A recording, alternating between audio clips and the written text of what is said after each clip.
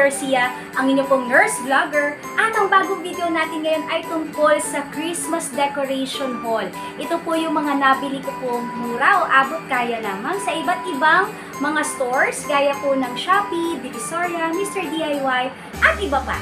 So ngayon, simulan na po natin para maikli lang po yung ating video. So ito po, nabili ko po siya sa DV Mart, 100 pesos lang. Angel po ito na meron pong LED light sa loob. Ayan. Kung titingnan nyo, napakagandang pan-display for our Christmas decor. Ayan. Di ba ang ganda? This is only for 100 pesos. So punta na kayo sa DV Mart. Okay, may iba't ibang klase pa ng design, pero ito lang po yung nabili ko, isang piraso lang. Ayan. Ang ganda po. Ano po? Next po nito ay meron tayong pang decor na Xmas.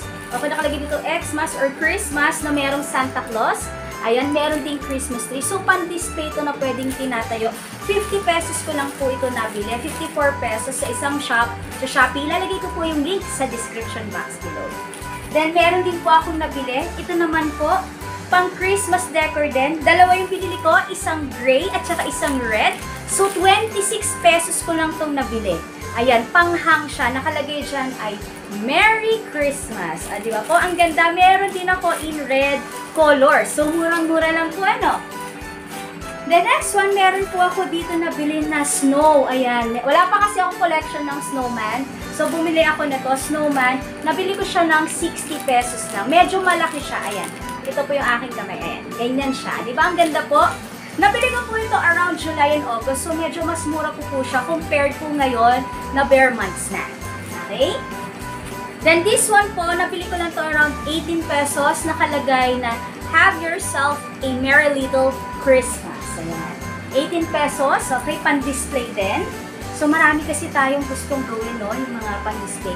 Hindi naman po natin kailangan bumili ng bago. Ano po, kung meron tayong mga naitatago, then yun po yung pwede natin uling gamitin yung mga nagamit natin from the past. So, marami din po ako nun. Yun nga lang po, naglalaan po ako ng budget yearly para po sa aking mga new decoration.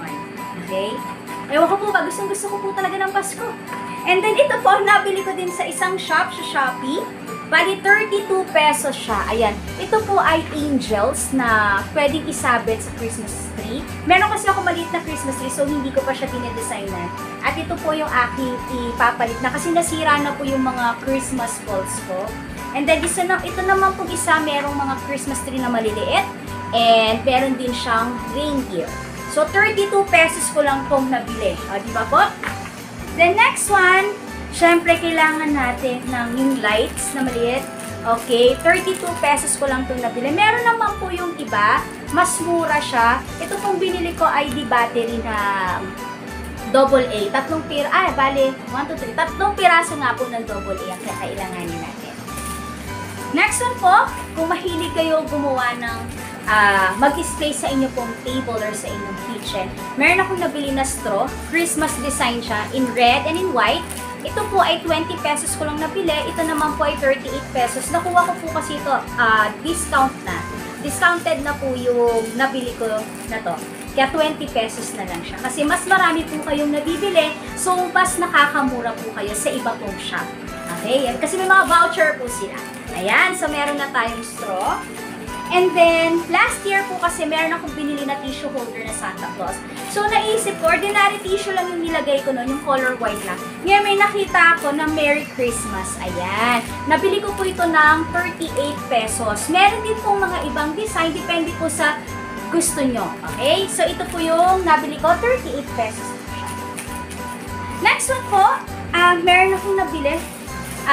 Ito yung ating reindeer. Ayan, nabili ko po siya ng 48 pesos. Diba ang cute? Pandagdag, pan-display. Okay, sa ating table. Ayan, hindi ko siya isasabit sa Christmas tree. So, gagawa lang po ako yung mga pang-design natin sa mga tables, ganyan sa kitchen. So, ito po yun. And then, meron din po tayo. Ito yung panglagay sa mga lollipop. Nabili ko po ito ng 35 pesos. So, 5 pieces na po ito. Ayan, okay? Ganda po, di ba po? Then, meron din po ako, ito nabili ko naman to sa DV. Sa iba kasi medyo mahal siya, nasa 180 pesos. Ito po, nabili ko po ng 50 pesos lang. Sa 168 ko po ito nabili. Alam ko po around second or third floor ko lang po ito nabili. Gold po yung pinili ko kasi meron na po akong red. So, ibang kulay naman. Ayan. 50 pesos. Ilang meters ba to? Walang nasabi kung gano'ng mahaba. And then, next po, since meron na akong candy cane na in white and red, kung makikita niyo po, ito po sa aking Christmas tree. Ito naman po ay candy cane na may color green. Green, white, and red. So, 60 pesos ko po ito nabili. Ayan.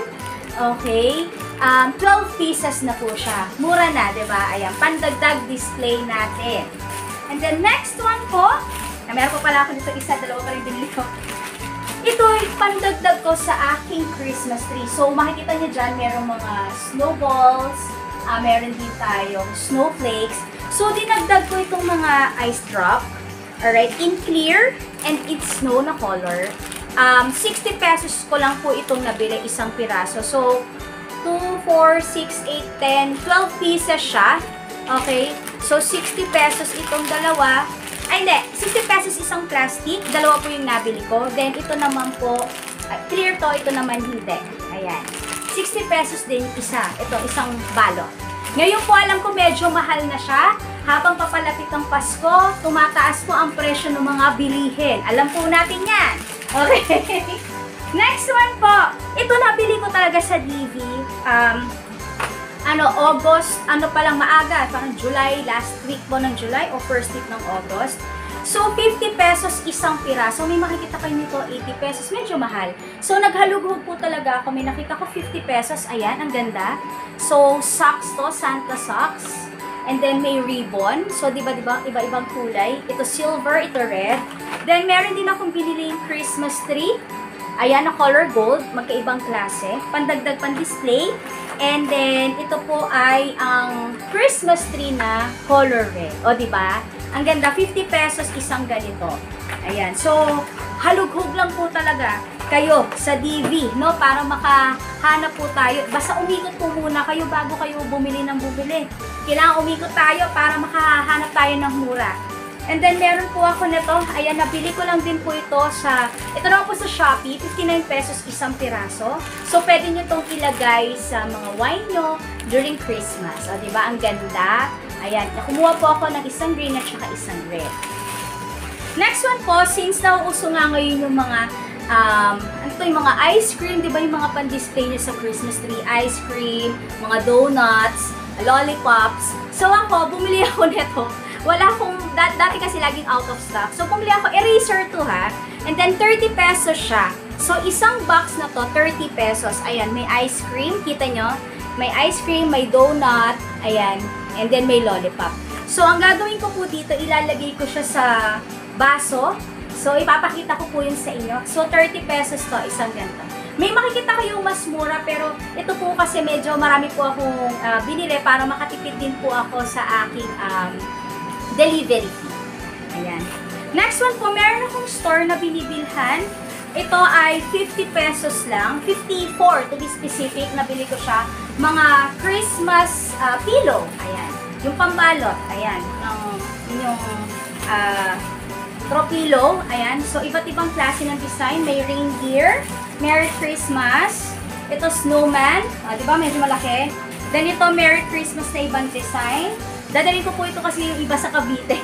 And then, ito po yung reindeer. Diba? Ang ganda. So, 54 pesos. May iba, may makikita kayo kung yung mga Grinch, worth 99 pesos. So, depende po sa team po ng inyong Christmas for this year. Then, another one, meron akong snow. So, ano lang to? Snow spray. So, nabili ko to sa Mr. DIY. Kung makikita nyo po, 35 pesos isa.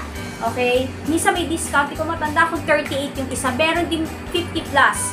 Pero ibang ano naman, iba yung pagkakasulat. So, ito po ay 35 pesos kung nabili. So, kung gusto nyo ng snow, okay? Yan! O, diba, bumili na ako ng dalawa. Medyo paubos na siya. So, hanapin nyo lang po ito. Marami. Artificial snow. Next one po, meron akong binili na sa SM ko naman po ito binili. Dapat, ang bibilihin ko po dapat ay snowman. Kaso meron pong banga sa ulo si snowman. Kaya pinapalitan ko, napunta na naman po ako sa Santa Claus. Diba, nag-collecta rin po ako ng Santa Claus. Ayan, so ito po, Ayan, kung makikita nyo, ang tawag dito ay Santa Decor with Christmas star. So, umiilaw po siya. Nabili ko po ito ng 279 pesos. Ayan. Ang cute po, umiilaw din po ito. Marami siyang iba't ibang klase ng design. Okay, at iba't ibang klase ng mga Santa Claus na umiilaw din. Yun nga lang po kailangan yung mamili. Ito po yung isa sa pinakamura nila. 297 pesos. Ayan. Ang ganda po, Ayan, so meron na naman tayong bagong Santa Claus. Okay, happy na naman. And then next po is meron din akong nabili sa Shopee. Ngayon, napakaganda. Ang tagal ko nang gustong umorder nito. Laging out of stock. 70 pesos. Ito's bear na may Christmas hat. 70 pesos. So, ang plano ko po rito ay idadagdag ko siya sa ating Christmas tree para maganda. Kasi meron po tayong mga nakikita na mga nasa 300, 500 para sa isang manika. Syempre tayo po ay budgetarian, So, budget lang tayo, 70 pesos. Ayan, ilalagay ko po yung link sa description box below. 70 pesos, meron din po nito in brown and meron din po in color red. Pero syempre siya yung cute. Pero syempre, depende po sa preference niyo kung ano po yung gusto niyo. Ako po, ito po yung nagustuhan ko. Ayan, ang tagal ko itong hinintay, ilang buwan. Kasi lagi siyang out of stock. So, nung nakita ko, bili na tayo, guys. Okay, next po. Siyempre, huwag niyo kalimutang bumili ng ampaw, okay? Lalagyan ng pera. Marami pa akong stock nito, pero ito nabili ko lang sa DV Mart ng 19 pesos. Okay? Next, meron pa tayo. Okay, so bumili lang ako nitong cutting board and food tray. So, paglalagyan ko kasi ito ng pan-design, okay, sa aking kitchen and sa aking table, sa dining table. Mura ko lang ito nabili sa Mr. DIY. Nasa, I think, 40 pesos or 60 pesos yung isang piraso nito. Murang-mura lang po. Minsan, nagbabago yung presyo, depende kung may mga discount sila that day. Alright? And next po, since plano ko magkaroon ng, ano tawag dito? Yung tinitimpla, parang choco bar, ayan, chocolate bar. So, bumili ako ng lalagyan, okay? So, mura ko lang ito nabili, parang around 20 pesos kasi gusto ko siya lagyan ng sprinkles, marshmallow, okay? Bili lang kayo ng, kahit Milo, pwede nyo nang gamitin yun. Okay, so ito lalagyan na to para lang maganda. So, didesignan lang natin. Nasa 20-30 pesos ko lang nabili to. And then, bumili lang din ako ng medyo malaki. Yan, clear bottle. Okay? Next ko, since mahilig ako, ayan nga, didisplayan nga natin yung ating table, bumili ako ng food tray. Okay? Yung pwedeng ipatong 2 piraso. Ayan. 2 sila, magkapatong. Ayan. Okay, ayusin natin to. So, nabili ko to ng 219 pesos sa Shopee. So, ilalagay ko yung link sa description box below. Ito po ay metal. Merong mga plastic nito around 70 pesos, 60 pesos, 90 pesos. Pero ito po yung napili ko kasi medyo maganda po yung mga reviews niya. Okay, at mabait din po yung seller. Ayan, mabilis mag-deliver. And then, last but not the least, okay, bumili ako ng decorative LED tree. So, marami ako nakikita nito. 2 piraso kasi ito. Depende kung ano yung gusto nyong design. Ang pinili ko po yung mga bilog-bilog. Alright, magkano ko ba ito napili? Nabili ko siya ng 297 pesos. Okay, so pwede siyang disaksak. Ayan. Pwede din siyang debaterya. Okay, pag inilawan niyo siya, bubuksan niyo pa ito para magmukha siyang puno. Okay, umiilaw siya ganyan. O, diba ang ganda? Pag nabuka na siya, bumuka na siya, naayos yung na maganda siya. Okay, ito yan, pag binuksan. Then, pwede rin siyang blinking. O, diba parang Christmas light. So, bongga, diba po? Ayan, idadagdag natin siya dito sa ating Christmas village. Yung aking Christmas village po ay sa next vlog ko kasi ito yung aking collection, hindi ko pa sila naaayos. Nagsimula lang yun sa isang Christmas village last year. At ito na po, marami hanggang dun sa baba. At ayan, yan yung aking isa sa hobby ngayon. Okay, yung pangungulekta ng Christmas village. Napakasaya po. Nakakaaliw. Okay, ayan. So, di ba ang ganda po?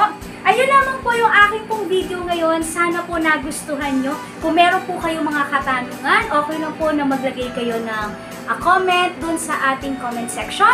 And kung may mga suggestion po kayo, ilagay nyo lang po yung inyong mga suggestion sa ating comment section sa baba. Okay? Ayun po, maraming salamat po sa inyo pong panonood sa aking pong channel at sana po meron po kayong nakuha at napulot po ngayon. And thank you very much po and see you on my next vlog. Maraming salamat po and advance Merry Christmas and Happy Holidays! Bye! Mwah! Bye-bye! Cut! Guys, bago tayo magkalimutan, okay, nakalimutan ko, bumili nga pala ako nito, itong magandang tela sa Divisoria, nabili ko lang ng 180 pesos. So, ang ganda, di ba? Parang red na red siya, pang Pasko. So, pwede ilagay sa upuan kung saan nyo mang gusto. Gusto nyo gawing kumot, parang feel na feel yung Pasko. Meron din itong color white, iba't ibang color nito, pero mas pinili ko po yung pula. Ayan. At pampaakit ng swerte! Pula! Okay? Merry Christmas po! Yun lang! Thank you! Bye-bye! Tunay na talaga to. Cut! Oy, cut! Yung totoo, munti ka na naman natin makalimutan, palibasa. Nandun sa tabi ng ating camera. So, meron ako nabili sa SM Department Store ko to. Nabili 129 pesos. So, ito yung itsura niya. Pwede natin ilagay sa sala. So, bumili ako ng red and green. So, tingnan niyo yung mga design niya. Alright? Ang ganda. So, sa SM po ito. Kung gusto niyo bumili nito, punta na po kayo sa SM Department Store. Ayan. Thank you. Bye!